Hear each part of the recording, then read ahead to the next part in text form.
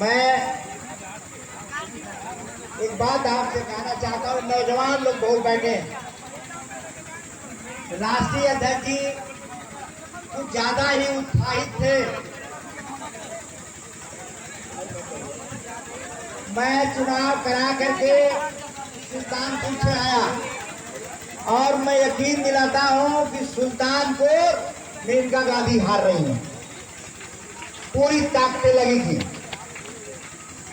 गाजीपुर के बारे में राष्ट्रीय अध्यक्ष जी जो भी हमारे साथी गए होंगे कुछ स्पेशल बोला। जंगला की लड़ाई से लेकर के और शहीदों की बात किया। सम्मानित साथियों, इस देश में ऐसी सरकार चल रही है, दिल्ली के कुर्सी पर हमारे मंसूर भाई जो हमारे इलाहाबाद विश्वविद्यालय के बहुत बड़े नेता हैं, ये कई बार चुनाव लड़े, विधानसभा का हमारे कई साथी आए, मैं नाम नहीं ले पाऊंगा। साथियों, मैं एक बात बता देना चाहता हूं। अकबर बैठ जाओ, अकबर बैठ जाओ, बैठ जाओ डिस्टर्ब मत। मैं साथियों ये कह रहा हूं, किसकी सरकार है, उनकी तुरबत पर नहीं है एक भी दिए, उनकी तुरबत पर नहीं है एक भी दिए।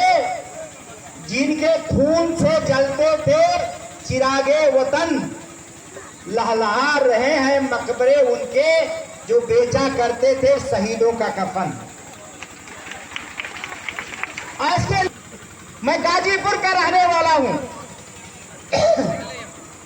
गाजीपुर का वीर अब्दुल हमीद,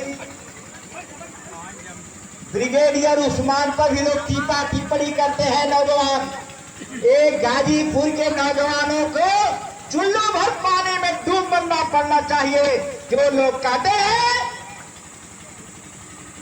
अगर इस शहीद को अगर कहते हैं, ब्रिगेडियर उस्मान के बारे में लोग कहते हैं, ये गाजीपुर का नहीं पूरा देश का अपमान होता है। साथियों, लड़ाई किसकी बात की है, किस पर है? वीर अब्दुल हमीद कौन था? राही मासूम रजा, हमारे तमाम साथी लोग बैठे होंगे। एक उन्होंने उपन्यास लिखा है सीन 75 और उन्होंने कहा कि हमारी 3 माँ है। एक कहा कि नफीसा बेगम, दूसरा कहा कि गंगा और तीसरा कहा कि अलीगढ़ विश्वविद्यालय। उन्होंने कहा नफीसा बेगम दुनिया में नहीं है और कहा अलीगढ़ यूनिवर्सिटी में बहुत दिन में हो गया जाए। और कहा फिर उन्होंने अंतिम इच्छा जाहिर किया, अगर किसी भी मुल्क में दुनिया हो, अगर शहर के किनारे कोई नदी बहती हो और उस नदी में ले जा करके मुझको दफना देना। और कहना नौजवानों का हुआ है, किसानों का हुआ है और नौजवानों का तो शानदार इतिहास रहा। मैं ज्यादा नहीं, इनको पूरा उमर अंसारी को पूरा का पूरा अपना समय देते हुए और एक बात एक अपील करूंगा कि जो लोग जोश में होश मत खो देना। असली आपको काम करना है 1 तारीख को और काम आज से कर लेना। अपना वोटर लिस्ट में ऐसा वोट है क्यों नहीं? क्योंकि ये सरकार अगर ईमानदारी से अगर चुनाव हो तो इनकी जमानत से खोल आएगी।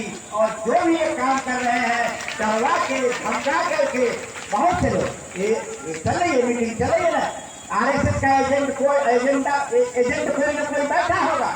ये सारी गोपनीयता पर ये हमारी गोपनीयता के बारे में, मगर इस समय 7 समुंदर पारे सरकार जा रही है। इसी के साथ अपनी बात को समाप्त करते आपको कहूंगा कि अगर सच्चा अगर आप मुख्तार अफजाल की मदद करना चाहते हैं, मुख्तार जी को श्रद्धांजलि देना चाहते हैं, तो अपना एक वोट आज से ही अपने वोटर लिस्ट में अपने गांव में जाकर के देख देना और राष्ट्रीय अध्यक्ष जी को हाथों से मजबूत बता देना, मदद कर देना। इसी के साथ अपनी बात को खत्म करता हूँ। बहुत बहुत धन्यवाद।